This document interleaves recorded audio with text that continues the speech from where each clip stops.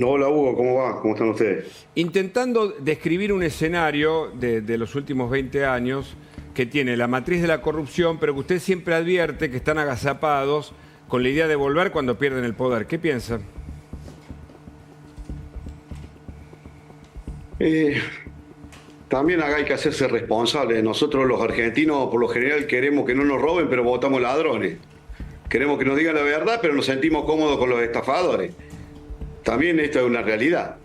Es una realidad. Yo no retrocedería tanto para atrás ni hablando de los últimos 20 años, porque esto que dice Facundo es muy cierto.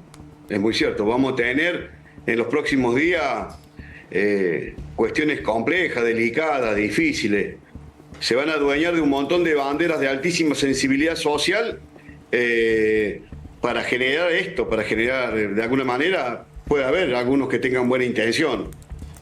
Yo puedo contarlos con el dedo de la mano porque los conozco a todos, pero se van a adueñar de banderas importantes en un momento complejo para tratar de instalar una situación de conflictividad social que claramente en la Argentina sabemos cómo empieza, pero nunca sabemos cómo termina. Ahora, en la justicia investigan esta organización que tenía roles ejecutados y que puede estar ahí como mano de obra siempre dispuesta para seguir los lineamientos. Ahora se cree que salió desde Quilmes, pero me parece que pueden estar en otros sitios. ¿Usted qué ve del escenario, de lo que pasó? Eso se va a multiplicar, Hugo. Se va a multiplicar y ojalá me equivoque, pero va a ir creciendo. La historia de la Argentina dice que pasa esto siempre.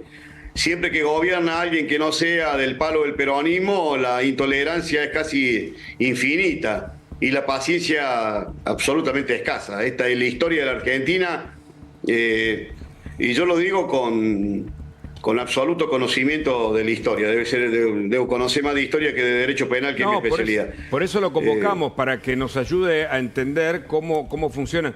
De los pocos dirigentes que he entrevistado, después de tantos que uno con los que habla, que dice atención, muchos dicen, che, el peronismo está en baja. No pensemos tan rápido, ¿no? Estemos atentos, dice usted. Pero esa subestimación a esta Argentina la asumió los últimos 40 años en el peor de los caos. Siempre se subestima y esta sociedad que al peronismo le tiene una tolerancia monstruosa y le permite y le tolera, le admite lo que no le admite a cualquier otro dirigente político, por eso no se pueden dar el lujo de decir que vamos a volver y vamos a volver mejores. Eso nos decían allá por el 2017, 2018. Muchos dirigentes Juntos por el Cambio decían, estos tipos no vuelven más. Volvieron y volvieron con Alberto Fernández. Mirá lo mejor que volvieron. Ahora están repitiendo lo mismo. Lo dijo Cristina en el último discurso ese que hizo que se escuchara por los parlantes de su prisión domiciliaria. Dijo, vamos a volver. Los pueblos siempre vuelven y vamos a volver mejores. Y como la sociedad a ellos no le pide mayor calidad, no le pide valores, no le pide un montón de cosas que sí le exige a cualquier dirigente con otro pensamiento, los tipos vuelven como pueden, pero vuelven con una terrible concepción del poder. Por eso subestimarlo sería un acto, sería repetir la historia, no sé cuántas veces ha pasado en la Argentina, pero sería un acto de ingenuidad monstruosa. Y yo lo vengo diciendo y se lo vengo diciendo a cuanto dirigente me junto. Le digo, muchachos, no subestimen, a estos tipos no les importa absolutamente nada. Viven con una desmemoria absoluta, ellos no son responsables. La historia de los últimos 50 años, el peronismo nunca se hizo cargo de sus errores. Nadie se hizo cargo del tío Cámpora, nadie se hizo cargo del López Rega, nadie se hizo cargo de la AAA, nadie se hizo cargo de Alberto Fernández para hablar de los últimos 2 años. Hoy lo escuchaba a los abogados hablando de la causa de los seguros. Por Dios. Ahora, senador. Me espanto. No, pero el decreto, ¿qué decreto? Eso fue lo que favoreció semejante negocio. Pero nadie habla. Es más, he escuchado a algunos dirigentes esta última semana, algunos senadores y algunos diputados, hablando como que si Alberto Fernández fue un accidente y fue el último presidente peronista que tuvimos. O sea, yo lo digo con mucho conocimiento de causa. Vamos a tener en las próximas semanas extremadamente complejas. Y me atrevo a advertir, no creo, te diría, hasta estoy seguro, no vamos a poder evitar que en el Senado haya y salgan algunas cuestiones de extrema complejidad para el gobierno. Así que también hay que estar atentos, porque yo le decía y lo vengo repitiendo y se lo dije al presidente el otro día cuando tuve, van a agarrar cualquier causa de altísima sensibilidad social para tratar de instalar, lastimar, pero también no hay que regalar esas banderas. No hay que regalar esa bandera.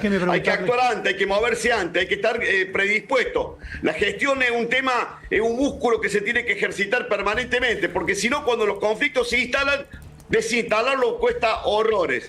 Así que hay que estar muy atentos porque es lo que estamos viendo y lo que no hace falta ser un genio para presuponer que estos escenarios que decía Facundo se van a presentar en los próximos días. Ahora, déjeme interrumpirlo, senador. ¿Está el gobierno siendo consciente de esta ofensiva del kirchnerismo sobre la calle y también sobre el Congreso? Porque en la última sesión que hubo de la comisión, de una de las comisiones del Senado, se vio a dirigentes cercanos al gobierno que patinaron un poco, ¿no es cierto?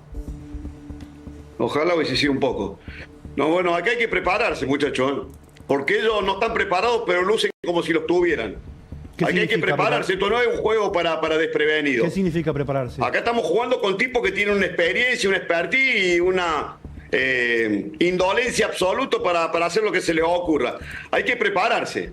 Yo lo vengo diciendo. Hay que prepararse, por eso también lo vengo repitiendo, que en este escenario de octubre el gobierno va a tener la oportunidad de mejorar su oferta electoral en cantidad y en calidad. En cantidad y en calidad.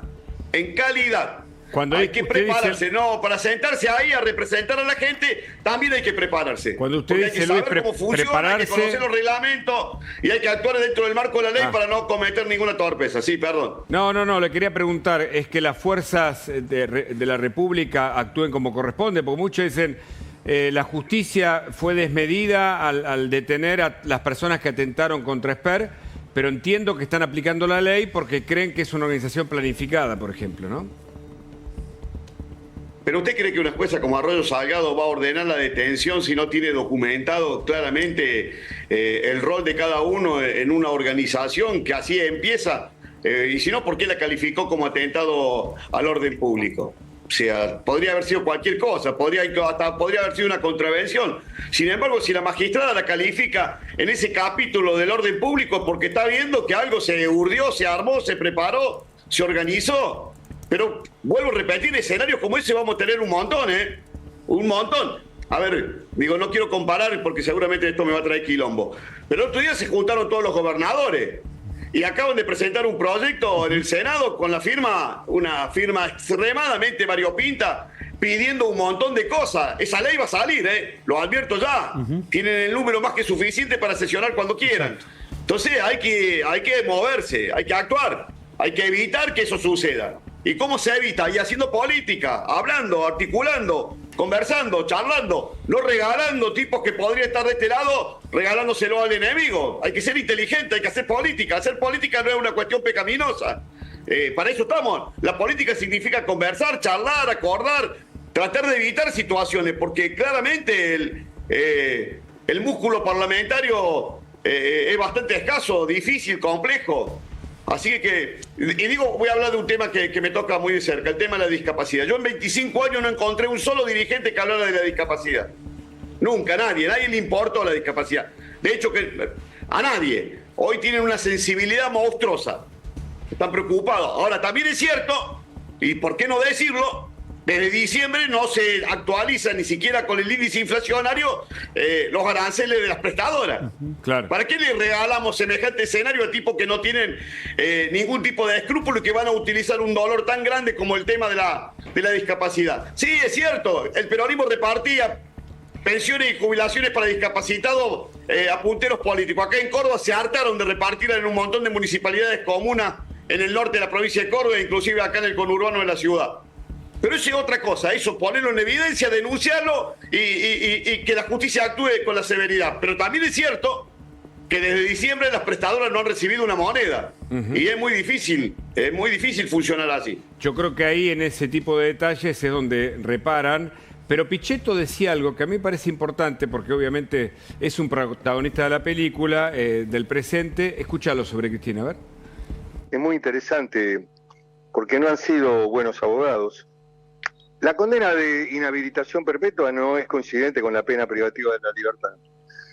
Si analizás el caso Le Pen o el propio caso Bolsonaro, la inhabilitación, que es una pena complementaria, no puede ser más alta que la propia pena privativa de la libertad.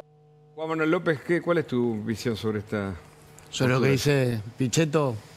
No, para mí se equivoca. A ver, cuando en el 2002 se estableció la nueva descripción del delito de fraude contra la administración pública, se puso un mínimo y un máximo de la pena. Claro. Y se puso otra parte de la pena, que es la inhabilitación perpetua, que está basada un agravante, exactamente. No es una accesoria, no es algo que pueda el juez decir lo pongo o no lo pongo. Es parte constitutiva de la pena. Solo puede elegir si va al máximo, al mínimo o al medio de la pena. Tiene que poner la inhabilitación perpetua. Se votó en el año 2002 cuando se derogó la ley de subversión económica y nadie planteó que era inconstitucional hacerlo a perpetuidad. Exacto. Nadie. Cristina era legisladora nacional, era senadora, no lo planteó, ningún otro lo hizo. Y eso está basado además en el artículo 36 de la Constitución, que dice una serie de cosas, los atentados contra el orden democrático, estipula los delitos de corrupción o dice que son delitos tan graves como los atentados al orden democrático y que hay que dictar una ley de ética pública y que se puede inhabilitar a las personas a ser funcionarios públicos. Entonces, después, si es perpetua, si es a 20 años, a 10, a 15, es algo que decidimos los legisladores y que hasta ahora nadie ni siquiera intentó modificar ese artículo del Código Penal que tiene más de 20 años. Luis Juez, ¿qué opina? Porque Pichetto sale de nuevo a favor de Cristina en este caso, parece, ¿no? No, tiene razón el diputado López, así. Es así, o sea, primero que no hay ningún planteo de inconstitucionalidad sobre el tema de la perpetuidad de la inhabilitación. Si a vos te condenan por delitos contra la administración pública, claramente va a tener la accesoria de inhabilitación. Y claramente el tema de la perpetuidad es un tema que está planteado en la ley y no ha tenido ningún tipo de reparo judicial. Y en esto lo digo con toda sinceridad.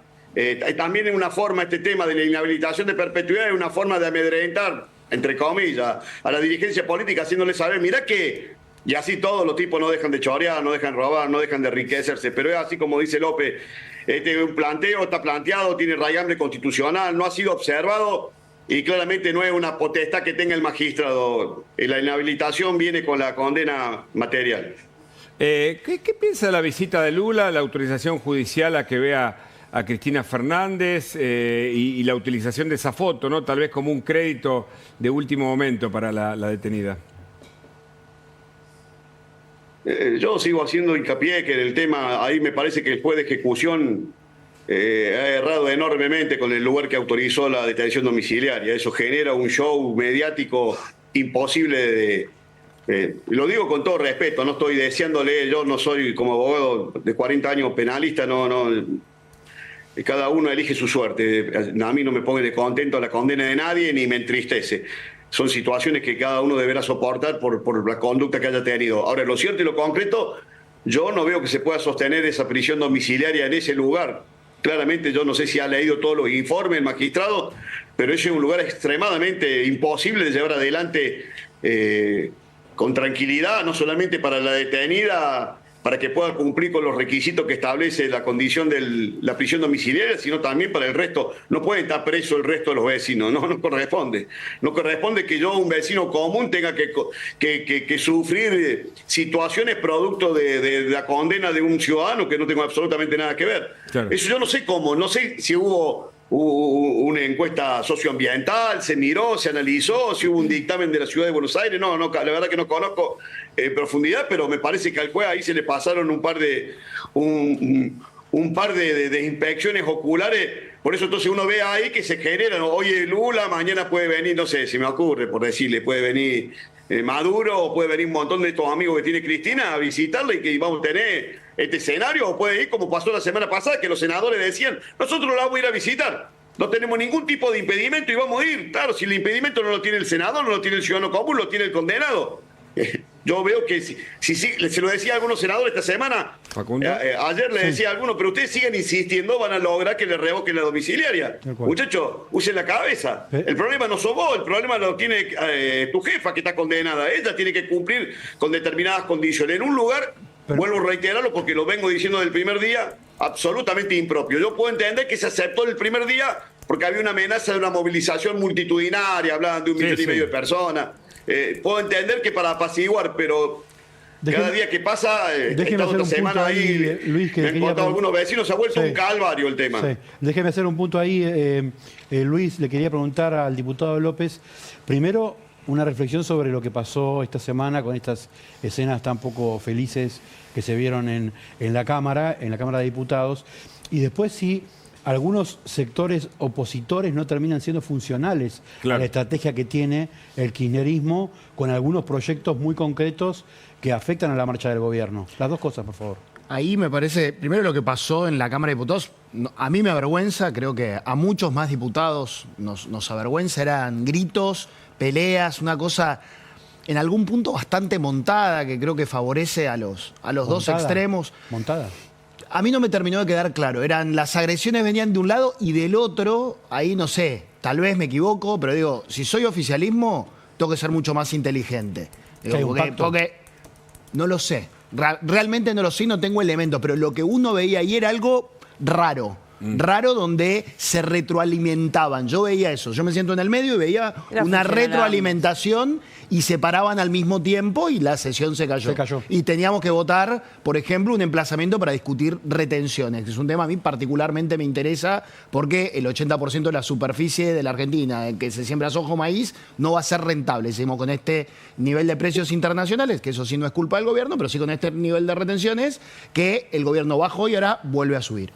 Ahora, más allá de eso, creo que el gobierno tiene que ser inteligente y no caer en la trampa del kirchnerismo, que es súper inteligente para moverse. A la oposición, si no son funcionales. Yo no lo creo. Me parece que en los temas que estuvimos tratando, ya sea jubilaciones, que me parece que merecen un mínimo incremento, o discapacidad, o algunas otras cosas. Yo moratoria en ese caso no voté porque hay una política universal que es la PUAN, que abarca a todo el mundo y había que terminar con las moratorias en algún momento, pero más allá de eso, me parece que el gobierno tuvo la oportunidad tanto el año pasado como esta y la va a seguir teniendo de charlar con gente que tiene buenas intenciones con los temas, pero además tiene buenas intenciones con la gobernabilidad. Nosotros cuando el gobierno estuvo mal en marzo, que el dólar se disparaba y que necesitaban un acuerdo con el fondo, los acompañamos. Y justo en ese momento estaba el kirchnerismo muy fuerte en las calles con unas marchas terribles. Pero ahora se vienen 2 meses muy delicados. Estos 2 meses previos a las elecciones son muy delicados. El que gobierna es el que tiene que dialogar y ver cómo se encuentran las soluciones, sobre todo con la gente que ni le vamos a pedir lugares en las listas, ni le vamos a poner palos en la rueda, solamente le vamos a marcar los temas en los que no estamos de acuerdo, porque tenemos derecho, porque representamos a otro sector de la sociedad. Luis. No, estoy totalmente de acuerdo. Aparte se lo digo al presidente. No le regalé más enemigos. Las que van afuera, déjala, no las toqué. ¿Para qué te va a meter gol en contra? Hay un montón de gente muy honorable que probablemente no comparta un montón de cosas con el gobierno. Pero es honorable, decente y que creen y que han sufrido el atropello del kirchnerismo. Regalarlo, ponerlo en la vereda del frente innecesariamente me parece un acto de poca astucia política, de falta de cintura. Cuando le dice esto a Milei, ¿qué le responde? No todos tenemos que pensar igual. Cuando usted le cuenta esto a Milei, con quien comparte escenas y momentos y lo escucha con atención, ¿qué le responde el presidente? Yo le hablo del caso personal, yo le digo, a ver Javier, ¿por qué yo tengo que sacarme la camiseta de Talleres para ponerme en la selección? ¿Por qué me va a pedir a mí que he construido una herramienta y que hace 28 años le peleo a los ladrones en Córdoba como puedo, de la forma que puedo, con toda mi precariedad? ¿Por qué me va a obligar a que tenga que... en lo que te pueda acompañar lo voy a hacer convencido, porque aparte me une con vos una amistad inquebrantable, pero hay cosas que no me generan voluntad, que no me gustan y que las quiero decir, y por eso me van a poner una vereda de detractor, de enemigo, y me consta que hay muchos otros dirigentes que también tienen esa misma voluntad. No con la voluntad que puedo expresar yo de querer acompañar al gobierno, porque estoy convencido que si a este gobierno le va mal, viene lo peor de la política. Pero que en algunos temas puntuales van a acompañar porque han sufrido el distrato, han sufrido el maltrato, han sufrido la ofensa, el agravio. Le han hecho ingobernable a muchos dirigentes Juntos por el Cambio que le ha tocado gobernar entre el 2015 y el 2019. Muchos de esos que hoy están en la calle haciéndole imposible la vida al presidente Milei, se la hicieron también a Mauricio Macri. ¿Cómo olvidarte de ese tema? ¿Cómo perder sintonía? Decir, si esto a mí me pasó, esta discusión la he tenido con Macri. Claro. Si esto nos hicieron a nosotros, nos volvieron locos, nos armaron 70 millones de kilómetros. Entonces, seamos prudentes. Entonces también requiere que tengan otro tipo de trato, porque si no se lo regala al enemigo, y si no logra lo peor, que los tipos se crucen de brazo y no muevan un dedo, y digan, bueno, loco, resuélvanlo ustedes, tengo un quilombo de ustedes, resuélvanlo ustedes. Ahora y sí. la verdad que hoy no te sobra nada, absolutamente nada, porque aún teniendo una elección verdaderamente importante, porque hay que decir la verdad que el gobierno no pierde banca en la elección de octubre, todo lo que junte lo junta suma de cero, arranca con lo que tiene porque no renueva ninguna banca. Déjeme Así fuera una gran elección, los números no van a ser muy distintos a los que, tenemos ahora, por lo menos en el Senado. Déjeme Entonces me parece que hay que ser cuidadoso con los temas y con la gente. Cuando digo con los temas y con la gente, me digo con los temas y con los dirigentes, porque hay algunos dirigentes, por ejemplo, ahora hemos visto que ha entrado toda esta bravuconada de los gobernadores, hablo de mi provincia, que obviamente son incapaces de gobernar sin plata recién te escuchaba tu editorial, son incapaces de gobernar sin plata. Ellos necesitan plata para comprar voluntad de la forma que sea, porque si vos me decís que la plata es para darle a los docentes, para mejorar la salud o la seguridad que en mi provincia está estallada, yo te digo, vamos, contá conmigo, vamos a hacer quilombo, ¿dónde hay que golpear? ¿Qué puerta hay qué timbre hay que tocar? Pero no, es para hacer política, sostener, silenciar medios, callar opositores, comprar opositores. Bueno, ayer sacaron dictamen así a los pirros en una comisión y cuando vos mirás la firma están todos, Entonces hay que ser muy cuidadoso, hay que actuar con mucha celeridad, con mucha inteligencia, porque aun cuando esa ley salga y aun cuando el gobierno vaya a querer vetarla, no van a estar los votos va a estar los votos para poder insistir. Entonces digo, evitémonos dolores de cabeza, evitémoselo al presidente, evitémoselo a la gente, porque en definitiva es la gente la que va a tener grandes dolores de cabeza cuando esto pase. Luis, ha sido muy amable como siempre en atendernos. Le agradecemos mucho. Bueno, buen fin de semana.